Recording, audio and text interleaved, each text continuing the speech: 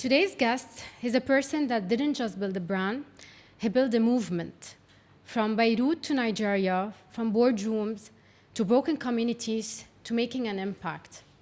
He is the co-founder and the man of the moment, known to many of all of us know him, Mr. Reda Shour. Today we're going to have with him raw, unfiltered discussion about life, about business, and many more. So let's get started. Welcome to Behind the Brand Podcast. It's my pleasure having you. Hi, Nada. Thank you so much for having me. It's an honor to be here. So, are you ready? I'm ready. Let's get started. First question. We're going to go back to the origin story. So the first question we're going to ask you, who is Reda in your own words, and how do you introduce yourself? It's a difficult question, speaking about yourself, because whatever you say good, people might find it to be egotistic. But let me try and put it in the best way. I'm a family-oriented person. I think that's the most important thing about myself. Humble, kind, God-fearing is a word I really want to use, and driven. So that's who I would describe myself as. And I think people need to know who you are, because you're really doing a very powerful thing, and you're doing a beautiful thing, and you're creating a huge impact. So people really need to know who is Reda Shour. Thank you. It means so much for you to say that. So the second question goes to, you're between Nigeria and Beirut. How did that cross-cultural life shape your mindset as an entrepreneur?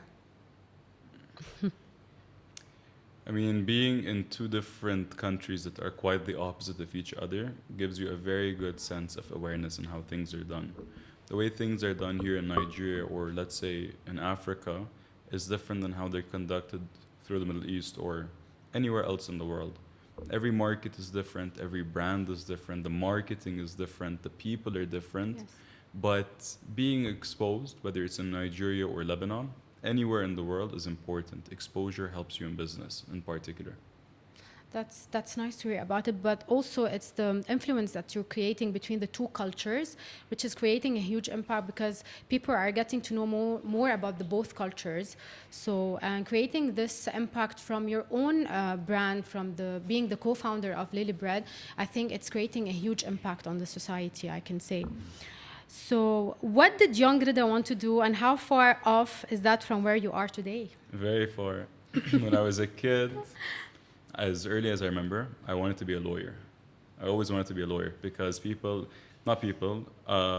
I was good at talking, I liked arguing, and anything that had to do with law on TV, I would love to watch. As I grew older, it was, I think, where I am now, and that dream is very far off. But I always keep in the back of my mind that one day, whether it's now in 10 or 20 years, I want to obtain that degree. I want to have it just so I can say I did it. You only live once, so might as well do it. So to go from a lawyer to an entrepreneur to a business owner, it's a bit far off, but maybe not that far off.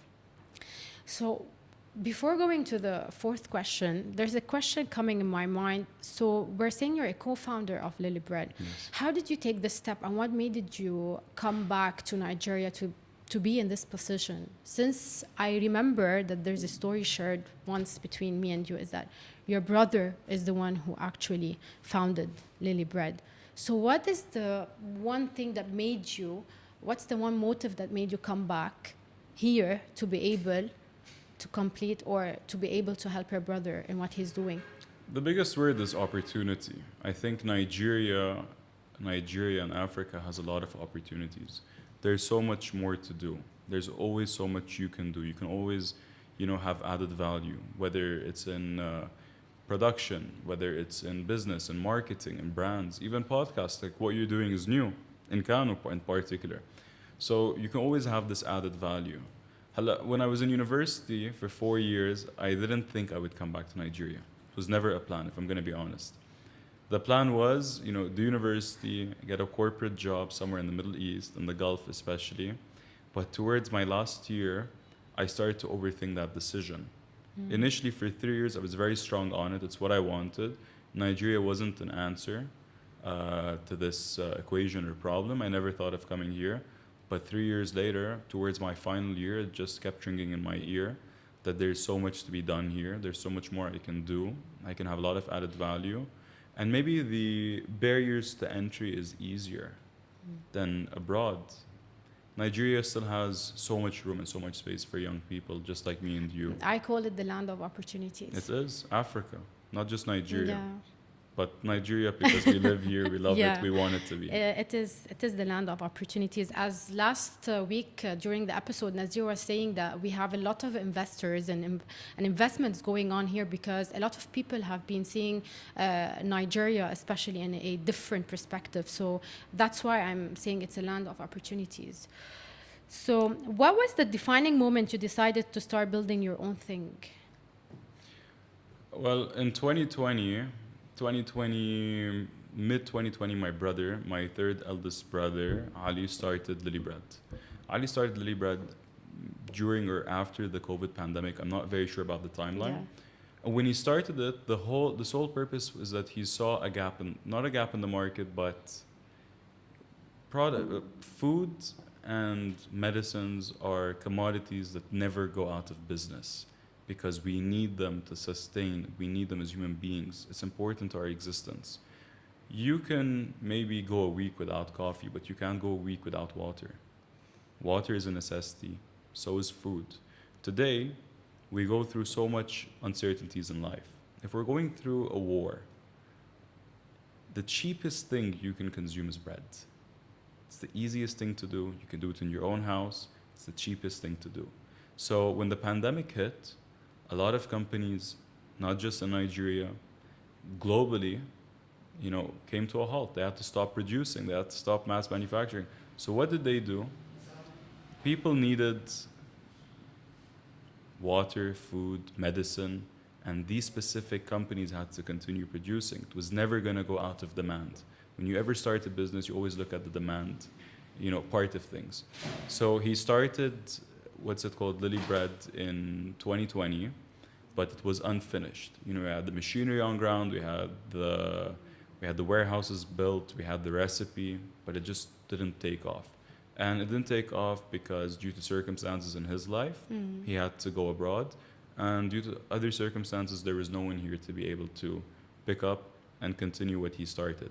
So when I came in 2024 to Nigeria, like I said, my last year before I graduated, in September during the war that was taking place in Lebanon, we had to flee. And I came here and I said, why is this idea still unfinished? So what can we do to, start it again? And I started to do another market research in my study. I saw that, okay, this has a lot of potential.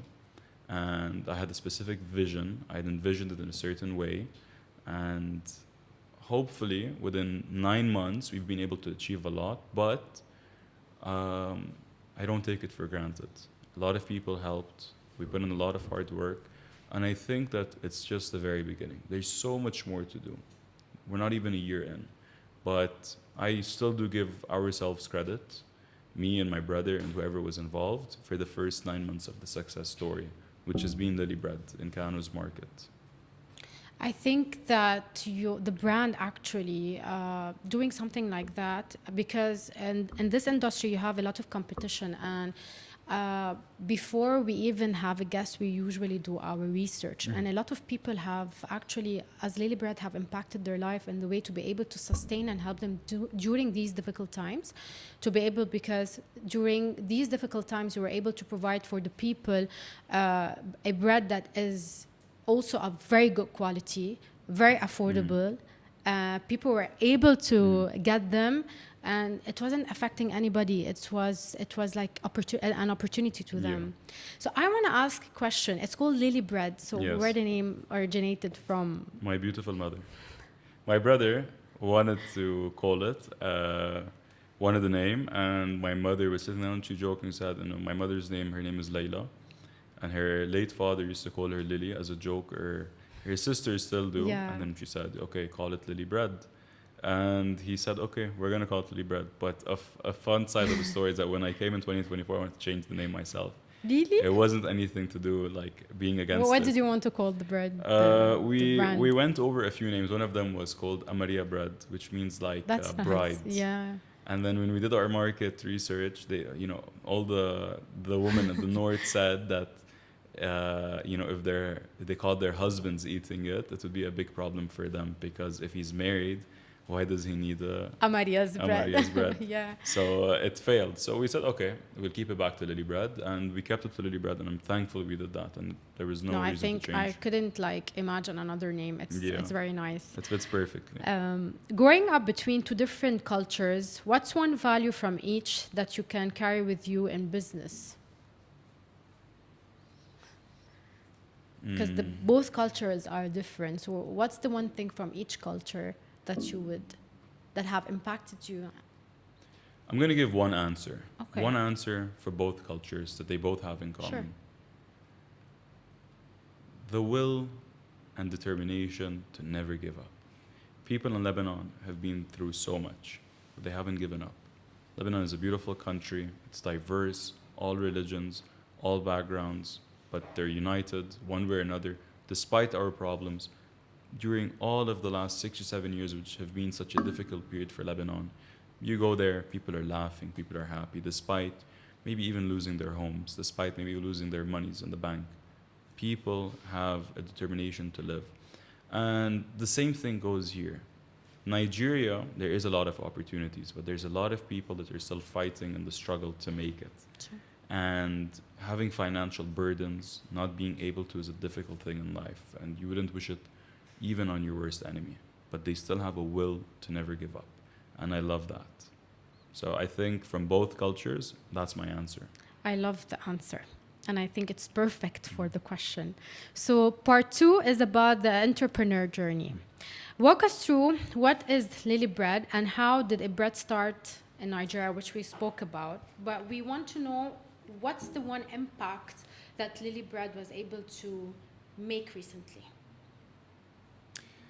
Lili Bread, number one, is not defined in English terms as a bakery. Okay. It's defined as a bread plant. Because a lot of people think it's a bakery, by the way.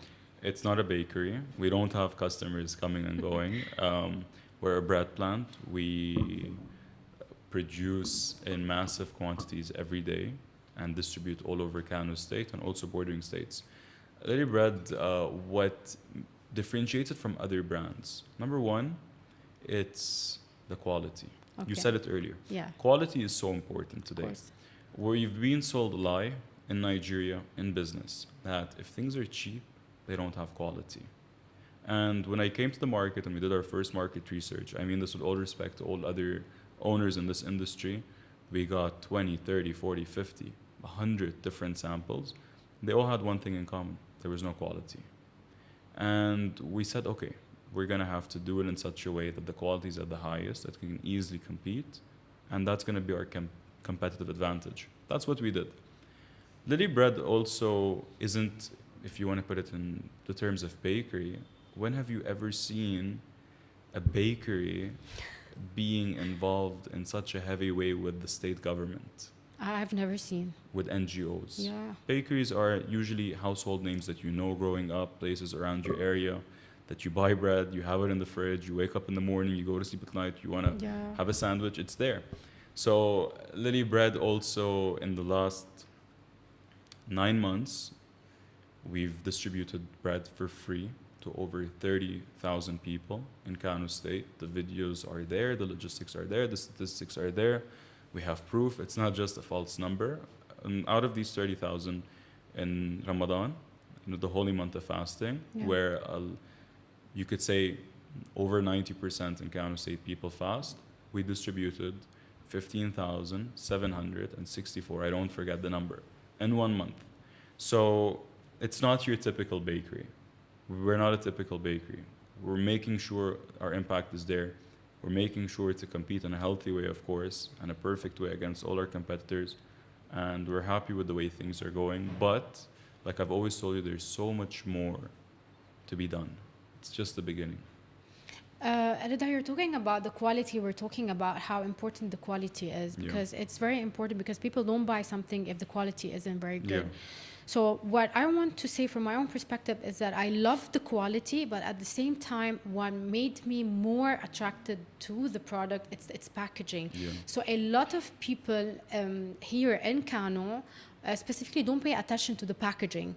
And packaging is the number one attribute that people have to pay attention to, because sometimes people tend to buy a product even if the quality isn't good, but if Because the of its packaging appearance. is attractive, they buy the product. So your design is very, very nice, and it's very simple, very classic. Who came up with the design? Was it your idea? How did this design came? How it My came brother, to life? I want to give credit to him. He's the one that has the design done. But I'll tell you a funny story because what you said is very accurate. About 6 months ago, someone that I know within this industry Yeah. that works as a supplier for us, they bring us raw materials and everything we need. He came to me. He came on behalf of one of the companies that we get our supply from. I'm not going to list because I don't want people to know or anyone watching this video. But he comes to me, he said he wants to sit down and talk to me about something he saw today. I said, okay, what's going on? He told me that earlier today he had gone to, you can say the second, some people call it the first, I'm going to say second biggest bread plant in Kano. Okay. They have a higher distribution than us. Okay. They've been much longer than us in the market, over 20 years, and they are huge. I can't discredit it from them. Yeah. So we know there are competition. We continue competing, which is normal in any business. So he tells me the CEO of the company was in a meeting. While he's sitting in the meeting, he has his board members around him, he has his management, etc. What happens is that he takes out our bread from under the table, so he had got it in with him, and he throws it in the middle and he says, has anyone seen this packaging? Why are these people using such high quality? The higher the quality, the more expensive the packaging is. And then he continues to say, are they stupid? Why are they doing this? And so the person came and told me, and I was very happy to hear that. No one is going to speak about you in business unless you're surpassing them in what you're doing. 100%. Not just in business and life. So Definitely. when they have to sit down and wonder, how can our bread be profitable? When the bread is qualitative and the packaging is qualitative, you're on the right track. Why I'm telling you that from a person that works in packaging, in my company where I work, we have a quote that is, we dress up your special products, which is related to packaging. And why I'm talking about packaging is because I know that people from the clients we have and customers, they get attracted to the packaging. Packaging plays a very important role, whether it's a good quality or a bad quality. Of course, a good quality is no doubt about it, but the packaging is very important, and you're doing a very great job with packaging. So keep it up. Thank you so much. We're talking that Nigeria is a land of opportunities. So for a person that has been influenced by both culture, by being Lebanese, and we can say that also you're a Nigerian because you also speak the language. So guys, if you don't know, he speaks the language too. So why did you choose Nigeria as the land of opportunities, and why didn't you choose Beirut as the number one choice as land of opportunities? We know that the idea came from your brother, but why didn't you think about Beirut, taking the business, doing it in Beirut, and you thought about Nigeria more? It's a good question. It's gonna get, because I know it's capable. Yeah. I know it's capable of doing it in Beirut. So we want to know why the decision was here and why it wasn't there, because you have a huge influence also in Beirut, and you've known people in the community. So I think if this business was there, it could have done a huge more impact than here. But why Nigeria? We need one word if you can. one word. Home. It's home. Lebanon is in my heart. It's on my mind. It's in me. It's in every Lebanese person. They can tell you that. But as a country, we've been through so much. And a lot of us that aren't in Lebanon right now or haven't been for most of our lives, this wasn't our decision. It was our parents' decision or their parents' decisions. And that came through insecurity, economic 100%. inconsistency, economic depression, and so much difficulties. And I respect the people that have been able to stay there, maintain a living, and even grow. You have a lot of Lebanese that have made so much money over the years while being in Lebanon through all of this. I respect these people. They're made out of a different cloth than all of us. But Nigeria is home. My mindset and the way I think of business was made in Nigeria since a young age. I didn't start working now. I can't say I was working before. But since I was a young kid, I always went to work with my father. I visited everywhere with my father. I was more interested in being around him and the people he met and the places he sat in than being around my friends at my age. And I think that helped the mindset and mentality when I came back, that this wasn't something completely new. Because a lot of people talk about the transition from university to work life and, you know, being 100%. lost. No, I wasn't lost. I graduated. I came here eagerly, and when I got on the ground, I just said, okay, I'm going to start moving, and I'm never going to stop.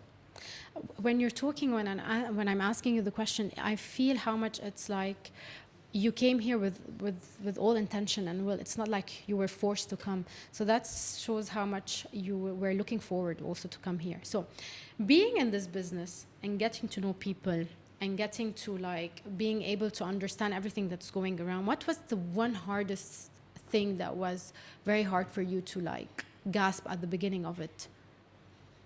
When we first started in our first month, I sat down in my office and I put an Excel sheet out and I projected our production for the 28 days of that month, or 29.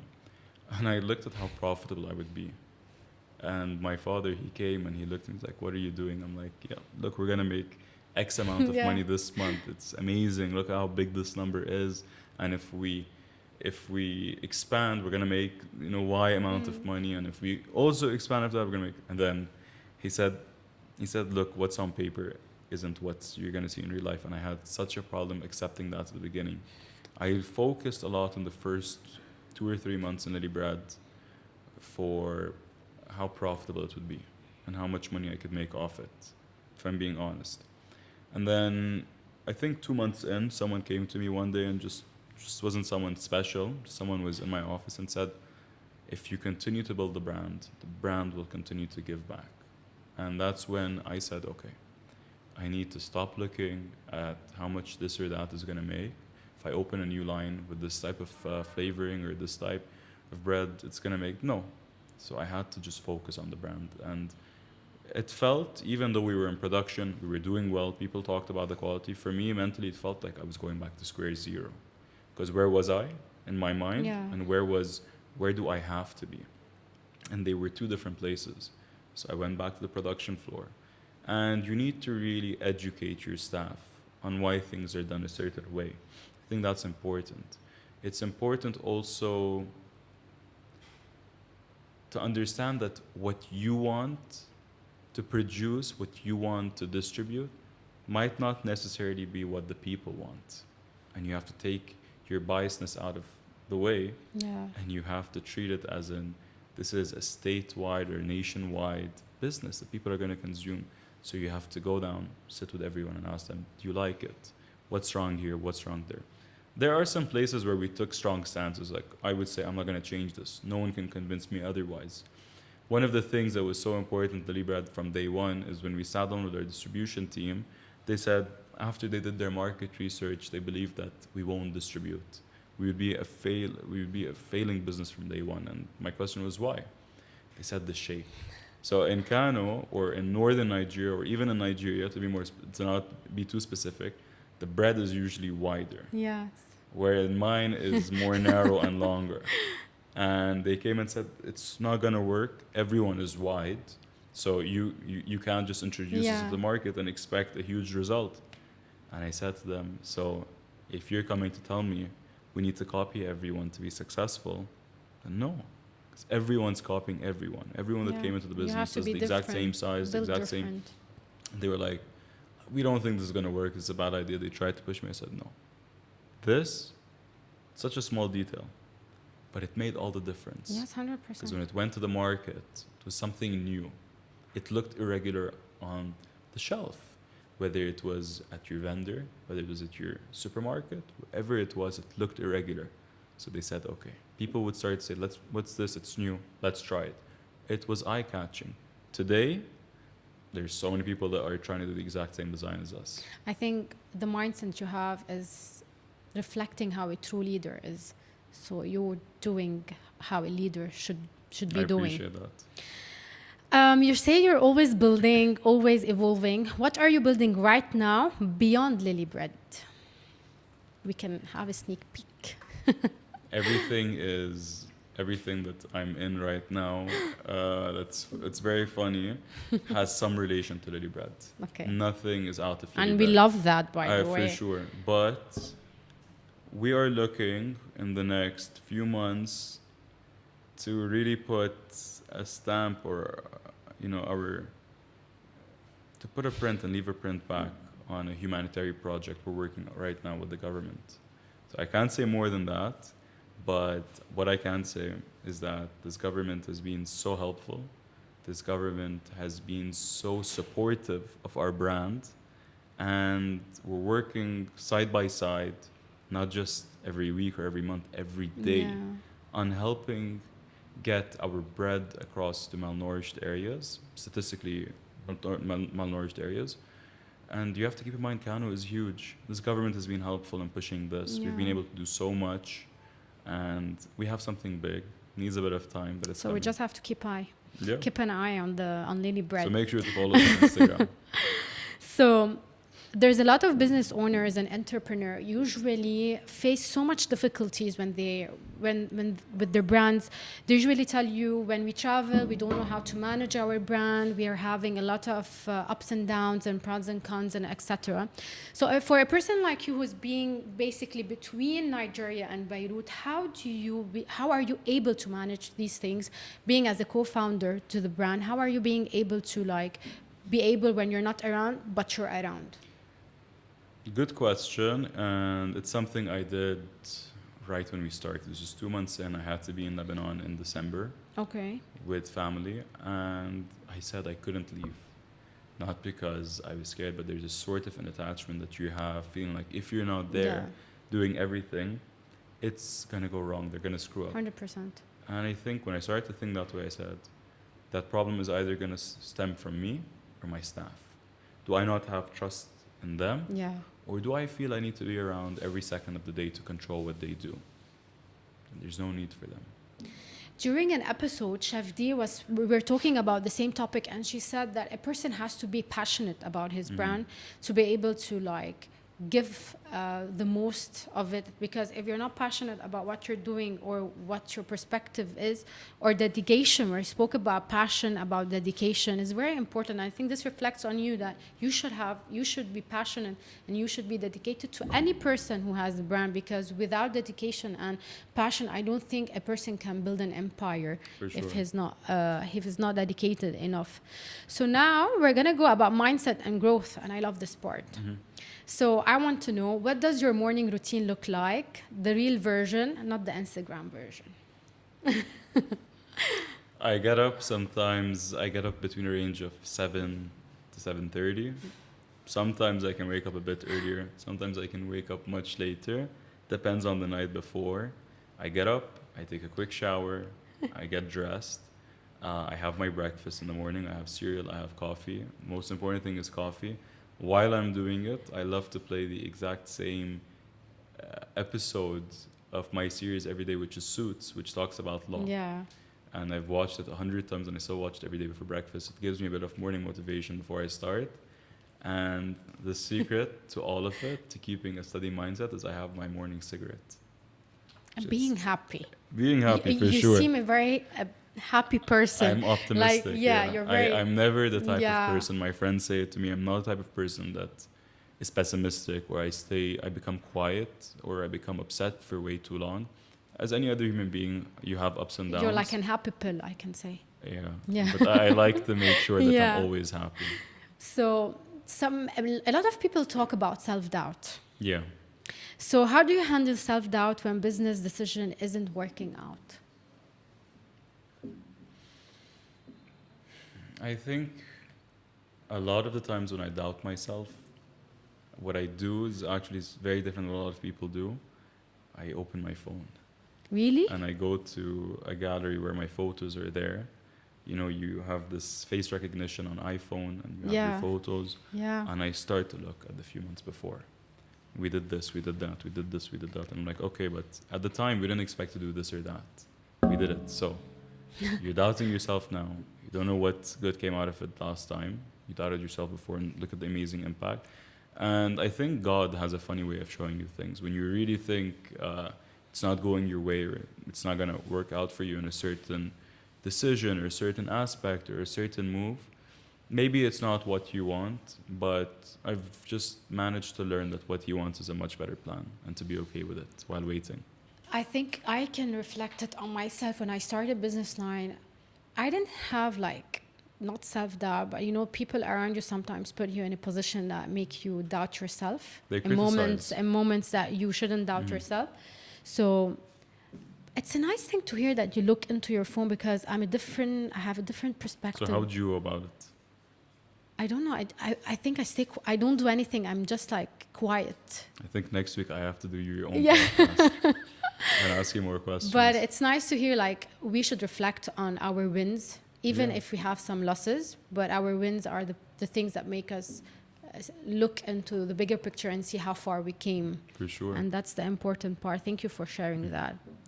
So, who are the people in your corner that keep you grounded and accountable? My mother, my father, my brothers, and my So friends. Family and friends. Family. But friends are a few, 3 or 4 people that, you know, I'm not going to name them. Don't want to get anyone upset, but they know themselves for sure. But I think my mother. Yeah. My mother can make you grounded, Yeah. and she can put me through the moon. Yeah. So I can be a bit down and she come in the room and say, why are you saying like that? Get up, come on. You know, you did this, you did that, you're going to do this, you're going to do that. I'm like, okay. I love I'm that. back up. But then if you're like, your head is too big and I'm walking around, I was like, oh, you know, I did this yesterday, I was here. It's like, who do you think you are? My first advice from my mom when I started everything, she was like, listen, what you have to offer to the table is different than other people. So don't care about other people's opinion, just move forward. So I think mothers really play a very huge role in our lives. I think every person, to try and relate to what your mom says, is born with something. Yeah. We're 7 billion on this earth, closing up to 8 billion. But everyone is born with some sort of special talent and something to give in their community, within their family. So what someone else is offering, what you're offering, they might be completely different, but it doesn't make yours any less worthwhile. Yeah. I think we can also learn from each other. course. Every day you learn something that makes something out of you. So we're here to learn in life. So since you're back in Nigeria and you've been here for a while and now we're focusing on Lili Bread, so what's something most people misunderstand about entrepreneurship in Africa? It's not, it's easy. It's My hard, friends yeah. call me and tell me, you guys in Africa, you make so much money. You don't know, guys, how much Yeah. work we put You know, into. why aren't Yeah. you here in December? Why aren't you here in summer? Why aren't you flying 4 times out a month? And then it's not like that. It's not like, you know, we wake up and the money is being it's Yeah, on falling trees down and from the we're sky, picking yeah. it up. I think that, and I also think that systematically, especially in northern Nigeria, the way things are done are much different Yes. than other parts. Yeah. So the most important thing is you need to understand the people. 100%. The northerners are the most kind, patient, humble people you can ever meet. And this Yeah. is not discrediting, you know, the other Yeah. side of No, Nigeria. 100%. Yeah. I'm talking from my personal experience, and I'm sure when I've traveled, I've met also the other side. And everyone's amazing here, but it's a different world. They have their own way of thinking. You need to understand them. And once you do, which takes time, you can understand what working in Nigeria is like. That's perfect. So, what's the biggest lesson failure has taught you that success never could?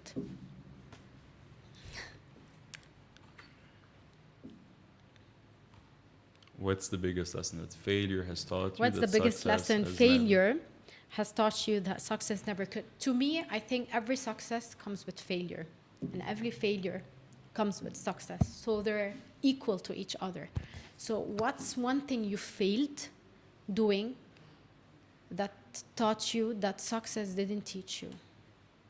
Not everything is on your own time.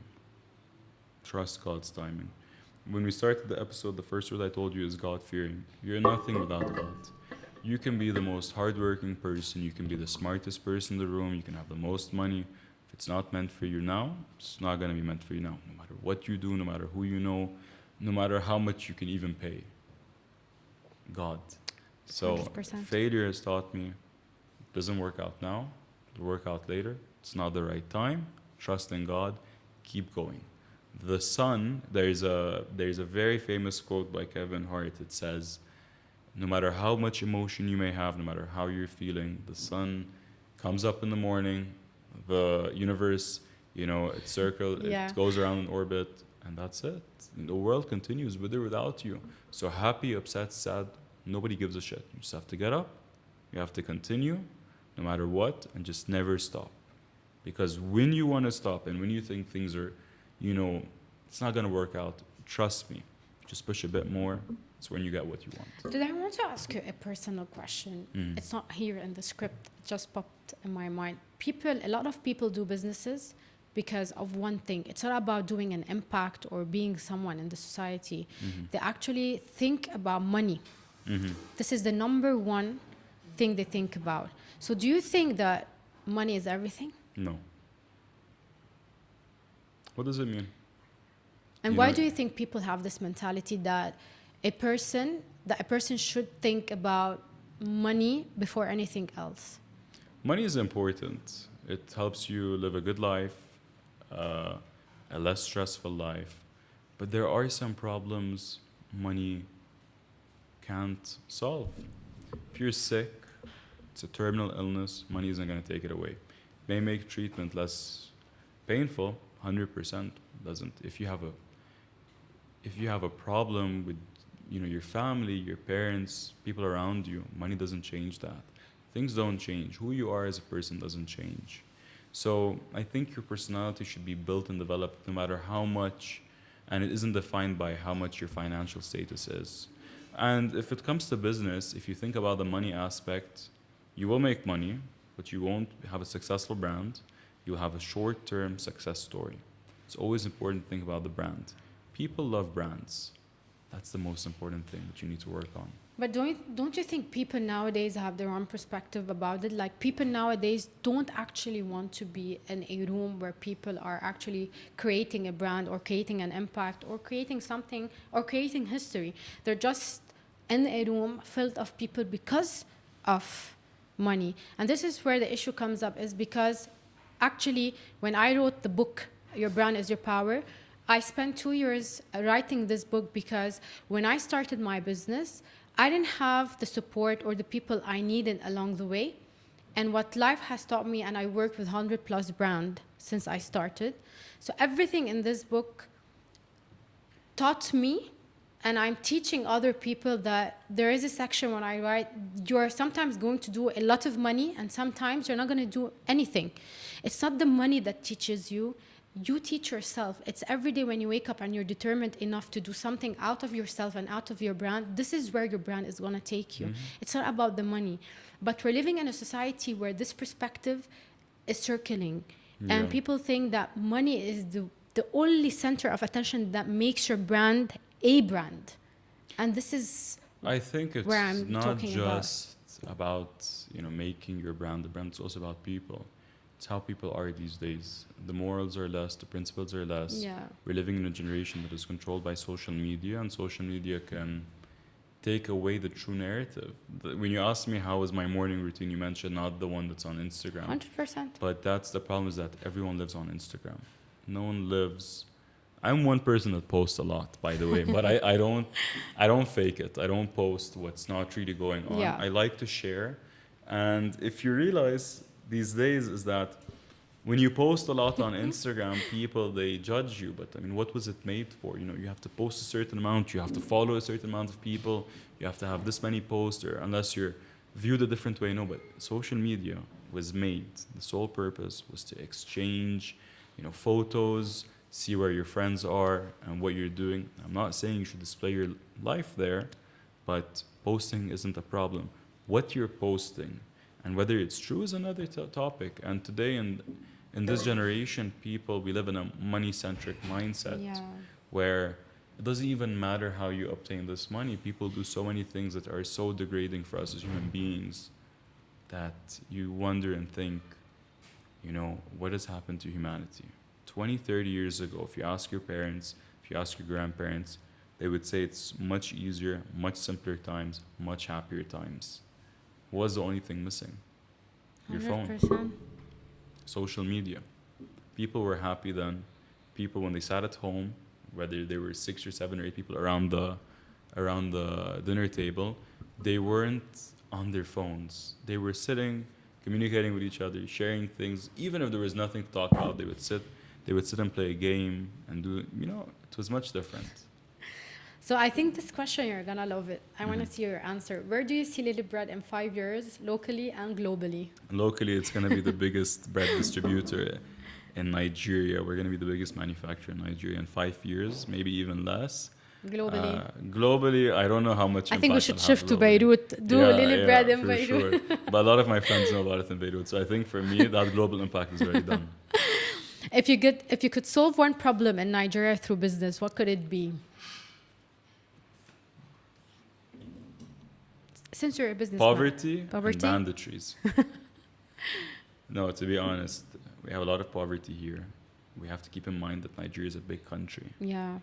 Kano on its own has 23 million plus people residing in it. It's 3.5 the size of Lebanon. So one state is three and a half times bigger than a whole country, a whole republic. So poverty is a big issue. I wish I could solve it all around the world, but the killing of innocent people in Nigeria has been going on for too long. It's not being addressed 100%. as much as the people would like, and it's a very sensitive topic. People are very afraid to talk out.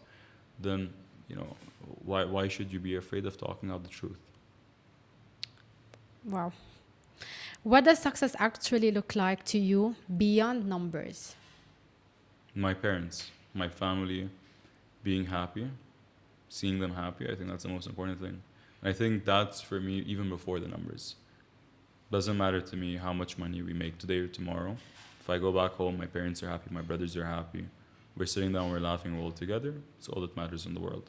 Whether we have money or we don't, whether our business is growing or we don't.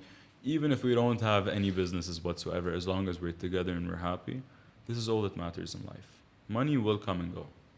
And you will get used to the idea of having it, and you will buy the things you want. But there are certain moments in your life, whether it's even with a partner, or it's your own family. I don't have kids, so I can't speak, but just trying to visualize it, you can't buy these moments with money. 100%. So it's just seeing them happy. That's success. Okay. So what's the legacy you want to leave behind, and how close are you to building it? Close, we're about 70 years away. 70 years. Legacy. But you're working on this path. Yeah, So for sure. I can see it sooner than 70 years. I hope so. I hope we can retire even sooner than we know. But the first question was legacy. The second question was, what do I want to be remembered about me? Yeah. What and how close are you to doing it? So the legacy would be hardworking, humble, God-fearing, kind, loving. This is how I would, some of my friends, I would want them to describe me. I tell them sometimes, if people ask, this is what they should say. So I'm going to say it about myself. And then it's going to take time. It's going to take a lot of time, because you need to really put or make an impact for people to visually see it. And when it does, I think this episode made me know you more as a person. I think some people don't actually know the person unless they meet the person. yeah. And today we had an unfiltered raw discussion about everything. Before I ask you the final question that I normally ask everyone, we're going to have our rapid fire. So are you ready for your rapid fire? Yeah, let's go. Okay. So I have to be quick? Yeah. So money or impact? Pick one. Impact. Okay. One word to describe your 2026 for you. Blessed. Biggest myth about doing business in Nigeria. It's easy. The biggest L you've taken in business, such as, for example, a biggest loss, failure, mistake, or a setback. What's the Not biggest being L? profitable for the first quarter of business. So we're looking forward to being to have profit at the beginning. So, Reda, I can tell you your brand is your power, and I feel you're so determined in making Lili Bread not just a name locally but globally, and you're working on that path. Thank you for coming and sharing your perspective about life, about business, about being an entrepreneur and the journey. So a lot of people can learn from this episode that it's not easy to start, but you can be able to reach where you want to reach. For sure. Thank you for having me. It's an honor to be here. I love the whole concept and idea behind the brand. Okay. Yeah. And I look forward to being back here even sooner. And I look forward to giving you the book and reading it and giving me your feedback when we have the launch. It's my honor to have you. Wait. Thank you so much. So today, this was our episode with the man of the moment. He is not just a man of the moment. He's a man that has been doing impact in the community and has been scaling it up to everybody's expectation. So you all guys have to keep an eye on Lili Bread and the co-founder of it, Mr. Reda Shour. See you next week for a new episode. Thank you.